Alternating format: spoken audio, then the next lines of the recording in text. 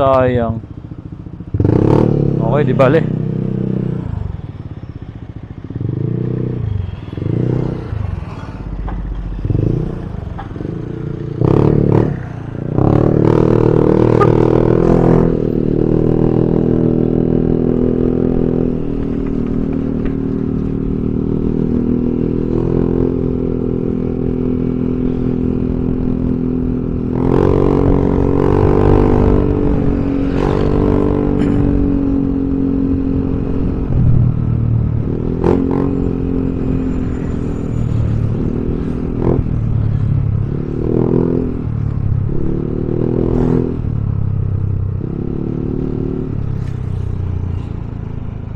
Grabe haba ng schedule ng SM Muntinlupa. Ang supermarket open 8 AM, and then yung mismong mall hanggang 10 o'clock sila. Kaya pala pagdaan ko dito,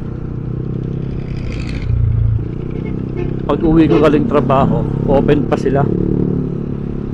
So simula pala nung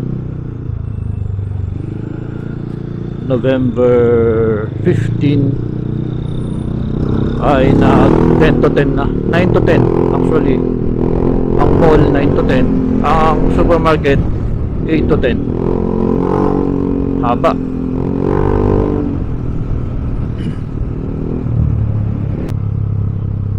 Sobrang likot ng motor ko. Ang nipis na kasi ng gulong sa harapan. Tanong lang ako dito ng gulong kung magkano, para makumpara ko sa online.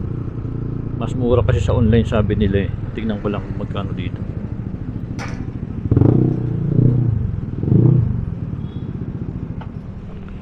Tingnan natin.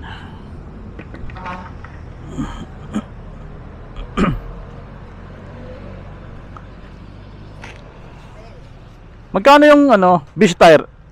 Aerox na pangharap. 1 750 kasama silan, pito, libo. Okay, sige. Thank you. 170. Pito. Pito naman ako eh.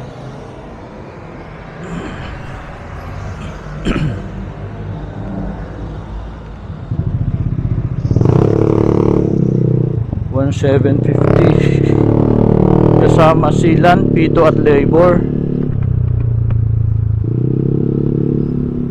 Sa online parang 1,400 yung gulong, may kasamang silan, wala nga lang pito. So sabihin natin na 100 yung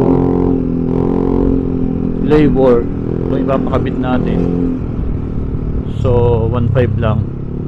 So makakatipid pa rin tayo ng 250 pesos. Okay. So sa online na lang tayo mag-order.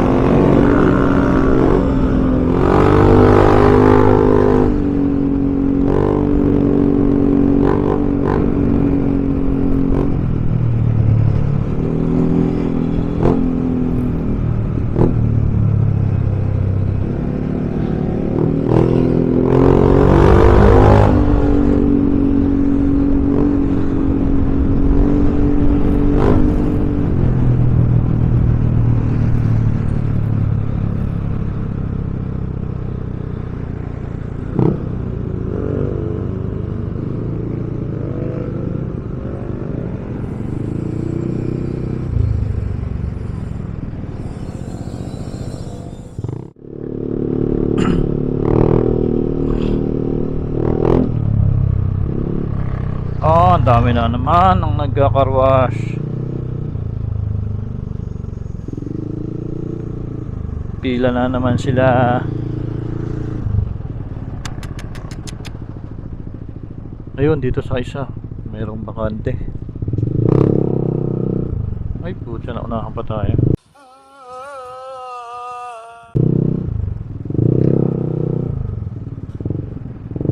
Dito patapos na yata ito isa.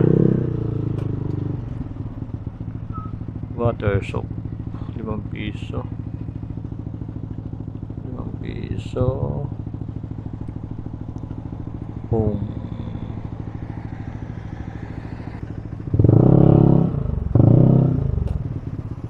Yeah. Medyo maputik lang talaga. 20 pesos lang guys dito. Makakalinis na tayo. Una, tubig muna ating kukunin. Ayan, ito na tubig. Hulog tayo ng 5 piso para matanggal yung mga dumi-dumi. Ayan.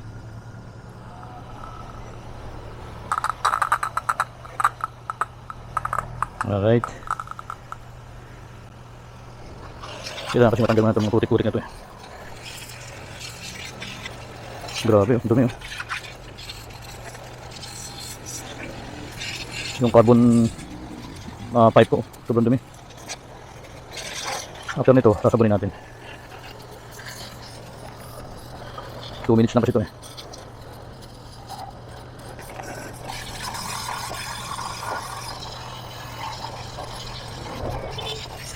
Putik guys oh.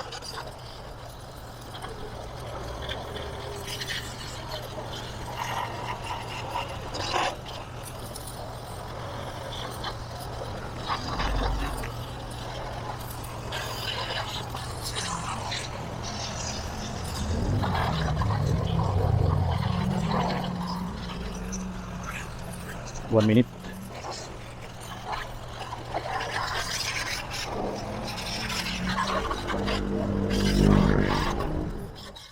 Seventeen seconds na lang. So magsasabon naman tayo ngayon mga bossing.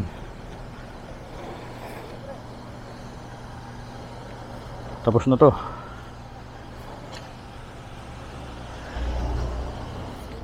Okay.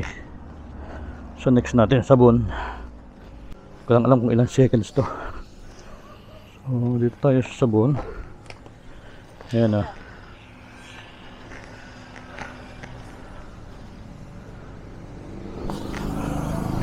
Ayan guys, sabon ah.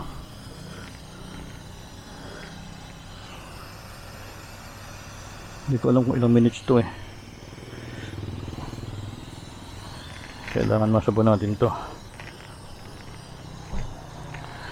Ang galing no. May mga bendo na gantong napaka ano,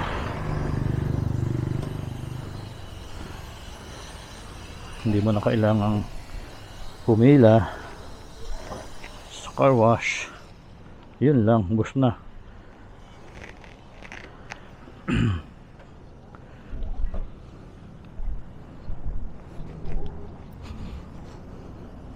Bilis naman no. Isa pa.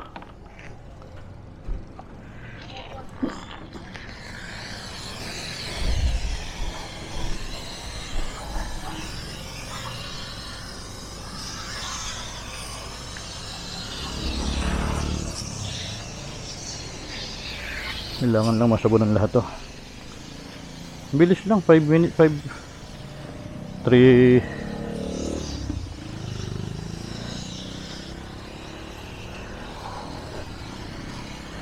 minutes na, 1 minute lang nga lang yata itong sabon na to.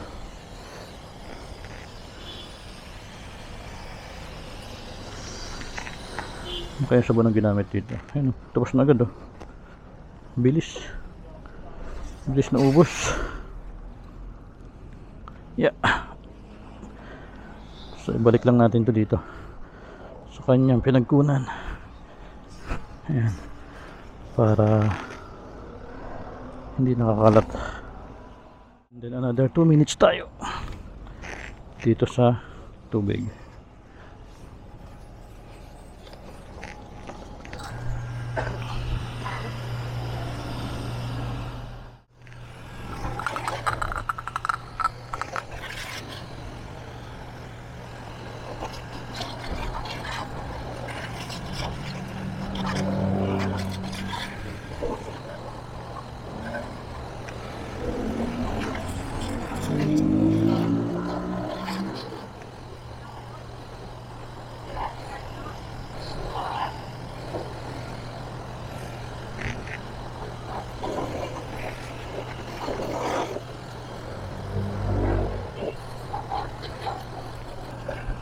Paputik lang kasi talaga dito. Napakaputik. 1 minute and 20 seconds na lang.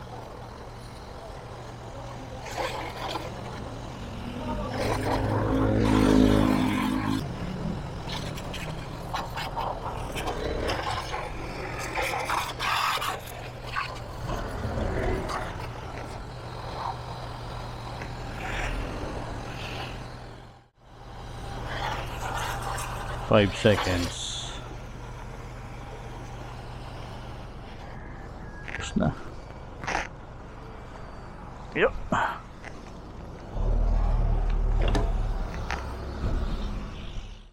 Tayo sa may dulo magpunas. Yup. Para hindi maputik. Pwede tayo dun. Pwede tayo dun banda sa may ano, para walang dumadaan. Tutuyuin lang natin. Ganda no? Laking tulong. Yeah. Yan. Di ba? Tapos pupunasan na lang natin ngayon.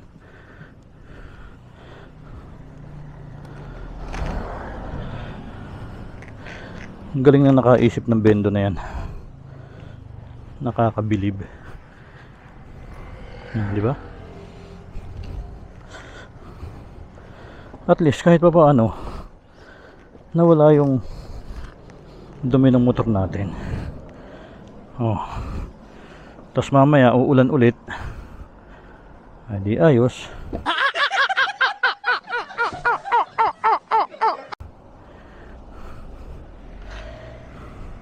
For only 20 pesos guys, makakapag-car wash ka na. Makakapaglinis ka na ng iyong motor. Even yung inyong mga four wheels guys, pwede nyo silang gawin dito. Pwede mo silang linisin dito on your own. Hindi mo na kailangang pumunta sa mga car wash, pipila, diba? So dito, basta may bakante, go ka na. Pwede ka nang maglinis. Gawin mo lang itong ginagawa ko guys, diba? Nilinis ko doon siya doon. Then dito ko na siya tutuyuin para medyo malayo tayo doon sa mga putik. So suggestion ko lang doon sa may-ari, hopefully magkaroon siya ng sistema. Yung mga putik man lang sana everyday after sa maghapon ng paglilinis or sa maghapon nilang service, sana man lang niwawalisan nila o tinatanggal nila yung putik sa kalsada para naman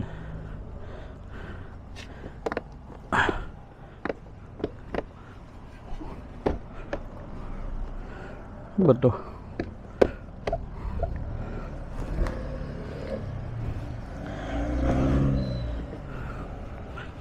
Para naman sa ganun ay presentable yung paligid nila, hindi dugyo tingnan, di ba?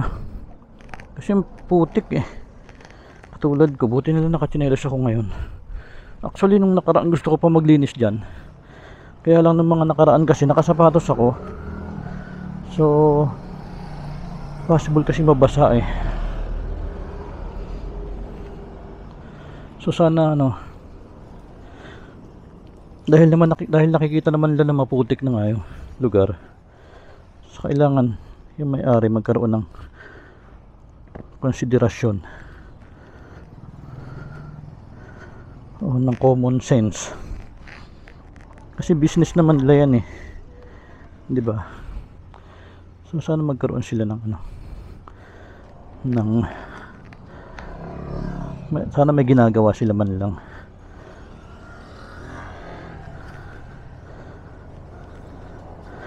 Ah, 'di ba?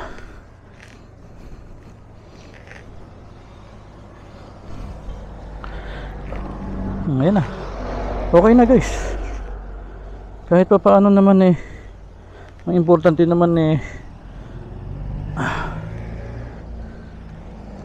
nalinis kahit pa paano. Pero syempre sobrang putik pa rin yan. Hindi pa yan 100% talaga na isang linis nung sa car wash na tigo 120 or 150. Diba? Ang purpose ko lang naman dito ay maibsan man lang yung sobrang sagwan tingnan, sobrang putik. Para nagiging pabaya tayo kung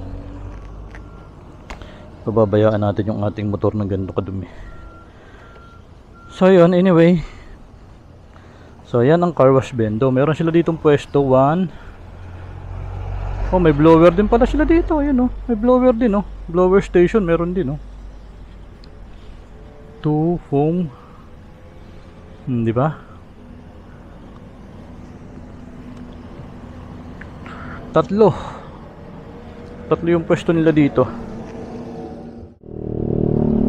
Oras natin 9:46 na ng umaga. So bibili lang ako ng ulam, and then diretso na rin ako sa trabaho. Salamat.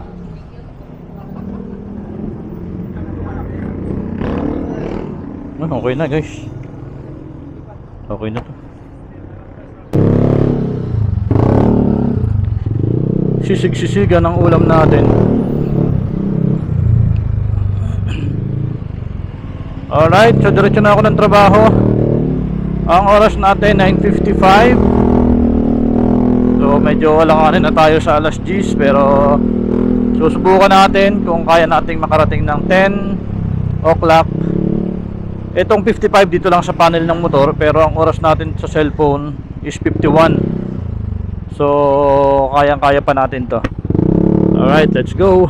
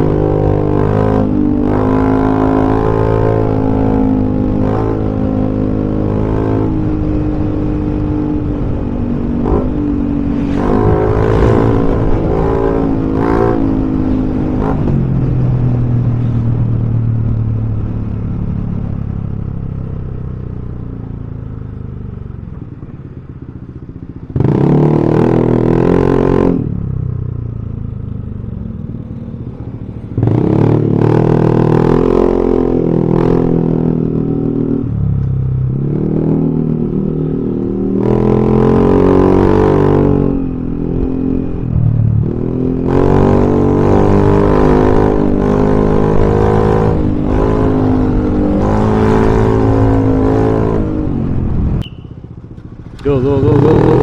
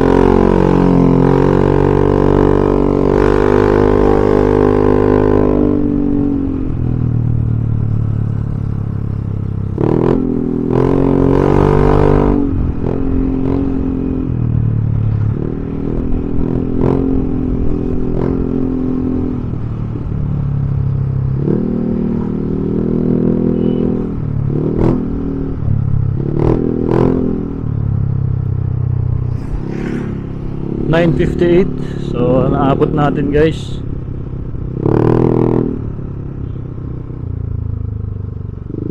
Naabot natin yung 10 o'clock.